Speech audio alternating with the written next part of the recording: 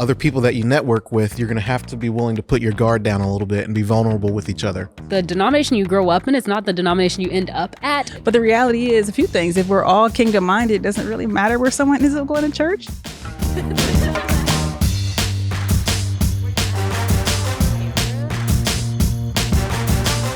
What's up? I'm Shane. Welcome back to the Rethinking Youth Ministry podcast. One of the things that we love is actually having conversations and hearing from those of you who are rethinking things in youth ministry. So right now we get to hear from our friend Dustin in Arkansas to hear what he's rethinking. Check it out. Hey, it's Dustin Ichida coming to you from First Church in Jonesboro, Arkansas.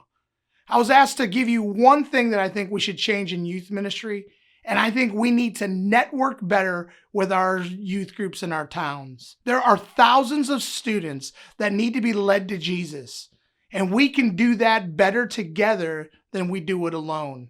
Too often, our churches are too interested in our own youth groups and our own stuff. We need to open up our minds and get out into our cities and really spread the gospel. That is kingdom living. So we need to get out there, network with our fellow youth pastors, and really figure out how is it that we can move the gospel in a way that Jesus will blow up in our communities.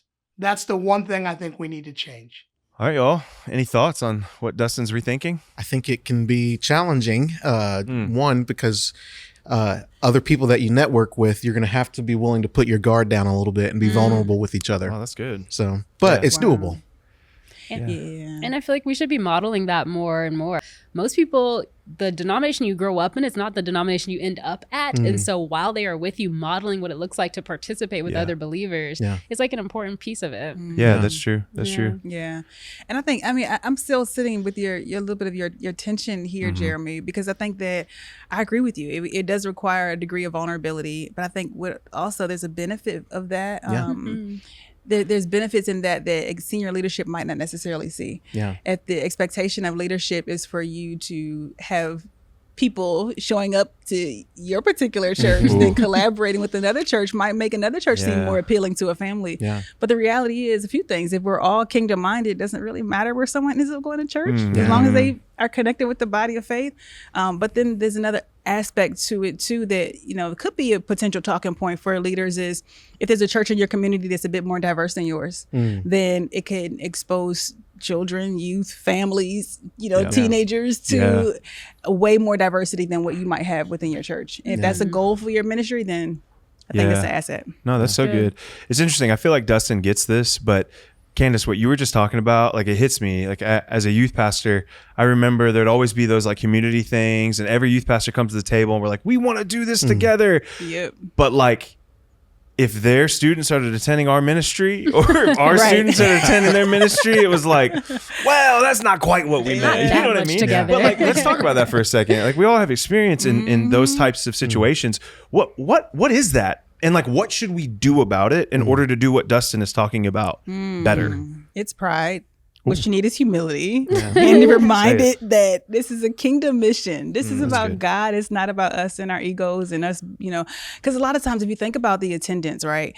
When a lot of times people are talking about, hey, I've got this X number of students coming and we have a church this size, people feel a sense of pride when they share those numbers. It makes them feel good, like they're doing something right, or as if they are more anointed or more called, or God is more into them and more a part of what they're doing than at a ministry that might be a bit smaller. And it's just not the case. Yeah. And it seems too that like if we were really in it for the spiritual growth of our students, if there's a ministry that serves them better or that they feel more connected to or they found community in, like we should be cheering for them to be plugged in where they feel most seen, where they're growing, all that.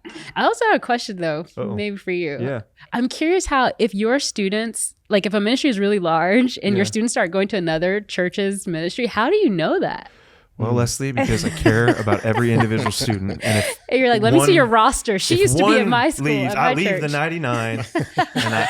You go after the one. And I'm not saying that at you, but I'm just saying in general, how do you know? Like, no, that's a good question. Well, I mean, I'm sure there are ministries of that scale that don't. Like, it's hard to say. Yeah. And I'm sure that there were students who fell through. This is so hard to say, but who fell through the cracks in the ministries that I led. Like that is one of the things that like it still bothers me the most to think of, like, what students fell through the crack, or even like during COVID, like what students fell through the cracks there. Yeah. But I would say if you have good data systems, like that's one of them, and two, small group leaders. Really the small group leaders in larger context are the ones who report that, and they're the ones who will say like, oh, I haven't seen this person in a while. So that makes me think of like maybe something we could rethink is like a community roster where instead we hold hands across the community and steward all the kids in our district, in our area, and make sure, hey, at least some of them are here, some of them are here, some of them at my ministry, but everyone's at least covered and accounted for somewhere. Even if they're not attending, I just know that your church is at least looking for A through B, you know, yours is C, you know, so